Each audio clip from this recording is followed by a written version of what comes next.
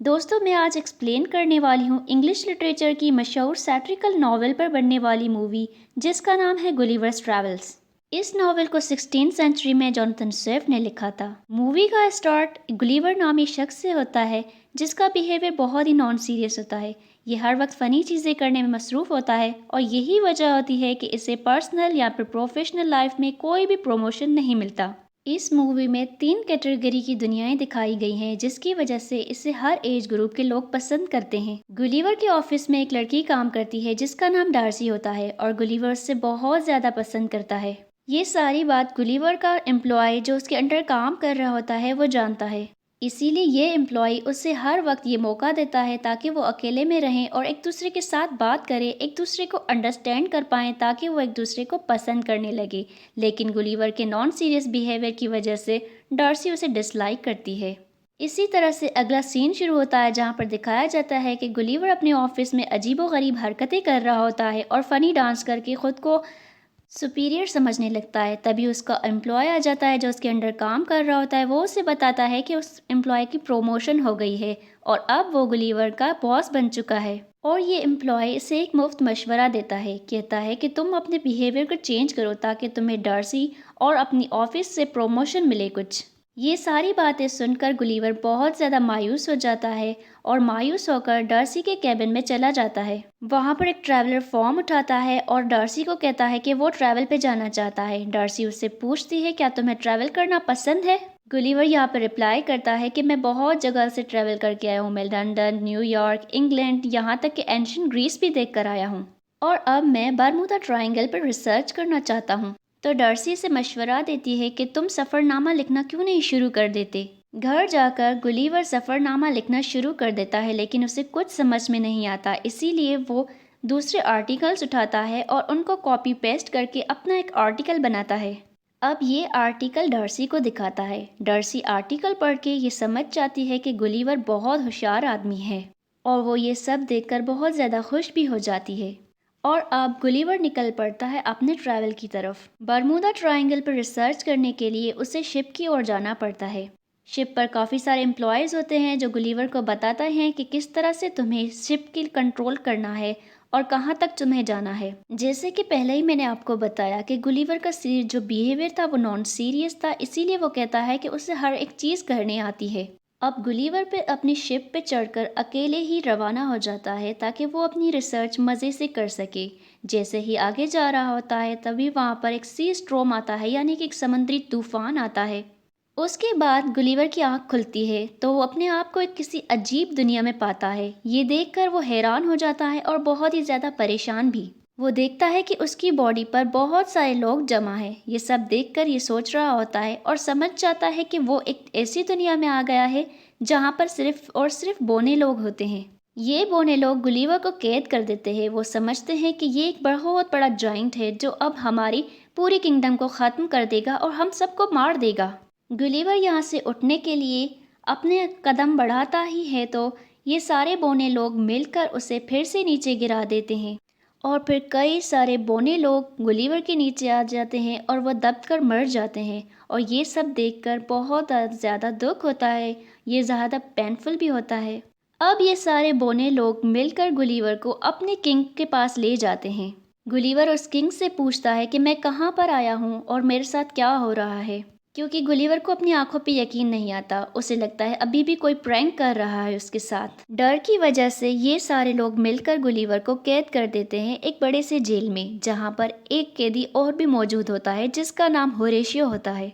Gulliver Horatio से पूछता है कि उसे किस जुर्म में यहाँ पर बांधा गया है। होरेशियो रिप्लाई करता है कि वो प्रिंसेस को पसंद करता है, इसीलिए एक बार ही उसने प्रिंसेस को सबके सामने प्रपोज कर दिया था, जिसकी वजह से जनरल यानी कि प्रिंसेस के फियांसे को गुस्सा आ गया था। देखते ही देखते जनरल भी यहाँ पर पहुँच जाता है और गुलिवर से कहता है कि तुम एक निहायत ही बेवकूफ़ इंसान हो।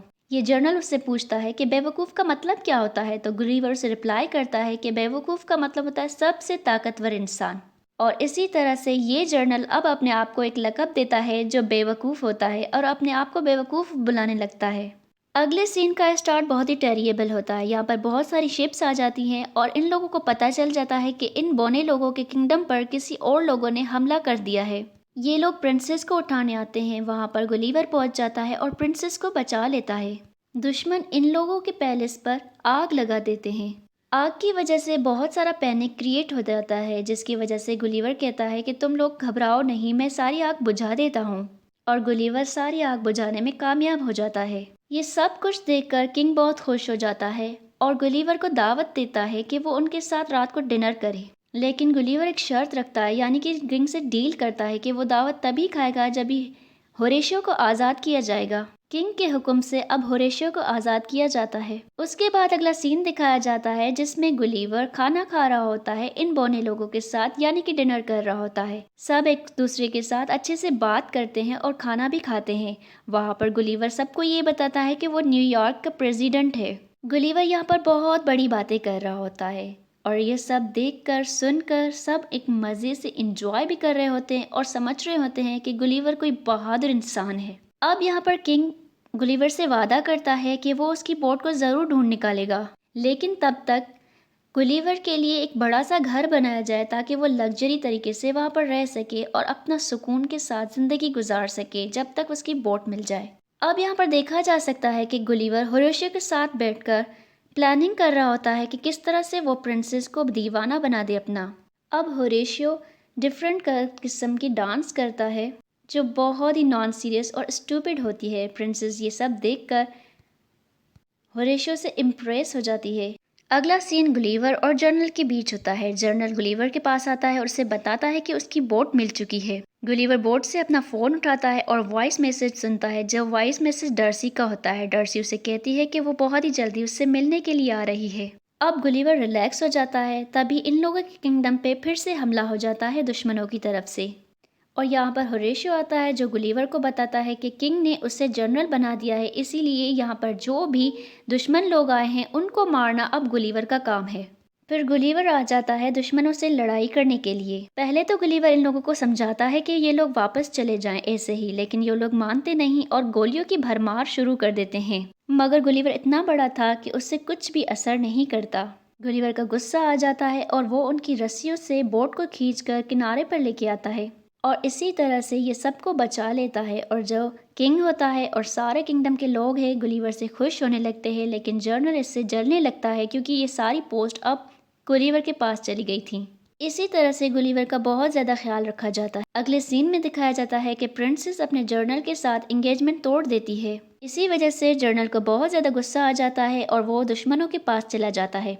जर्नल गुलिवर के बोर्ड से वो मैगज़ीन चुरा लेता है जिसमें रोबोट बनने के पूरे नुस्खे मौजूद होते हैं। अब जर्नल रोबोट बन जाता है और वो गुलिवर को सताना शुरू कर देता है। ये रोबोट गुलिवर को उठाकर फेंकता है जिसकी वजह से सब लोग परेशान हो जाते हैं और यहाँ पर गुलिवर ये रिवील करता है कि जो भी उसने कहा वो सारी चीज़ें झूठ थी। इसी तरह से ये सारे लोग गुस्सा होकर गुलिवर को बांध देते हैं और समंदर में फेंक देते हैं। इसी तरह से गुलिवर दूसरी जगह पर आ जाता है। अब ये खुश हो जाता है कि अपने किंगडम में वापस आ चुका है। लेकिन दोस्तों यहाँ पर इंटरेस्टिंग बात यह है कि गुलिवर अब ऐसी जगह पर आ जाता है जहाँ पर हमसे भी जॉइंट लोग रहते हैं। यहाँ पर एक बच्ची थी जिसने गुलिवर को एक डॉल बनाकर रखा था। अब यहाँ पर गुलिवर की मीटिंग होरेशियो से होती है। होरेशियो से कहता है कि डार्सी हमारे किंगडम में आ गई है तुमसे मिलने के लिए। यहाँ पर होरेशियो मायूस होकर उसे बताता है कि हमारे किंग को जर्नल ने प्रिजनर बना दिया है, अब तुम ही हो जो हम सब की हेल्प कर सकते हो। अब रात को ही गुलिवर और डार्सी किंग के पास पहुंच जाते हैं। अगला सीन दिखाया जाता है जो लड़ाई का सीन होता है, रोबोट और गुलिवर के बीच में होने वाली लड़ाई। पहले तो रोबोट गुलिवर को बहुत ज्यादा मारता है, लेकिन होरेशियो अंदर रोबोट के जाके वहां पर उसकी वायर्स काट लेता है। गुलिवर को अच्छा मौका हाथ आता है और वो उससे मार देता है। इसी तरह से किंग प्रिंसेस की शादी होरेशियो से करवाने के लिए राजी हो जाता है और डार्सी भी गुलिवर को माफ कर देती है उसकी की गई सारी गलतियों पर। लेकिन यहाँ पर जर्नल प्रिंसेस को मारने की कोशिश करता है, लेकिन प्रिंसेस बहुत होशियार होती है और वह जर्नल को पंच मार देती है जिसकी वजह से वो नीचे गिर जाता है। इसी तरह से डार्सी भी गुलिवर को मिल जाती है और मूवी का एंड हो जाता है। दोस्तों यकीनन वीडियो पसंद आई होगी आपको। शुक्रिया।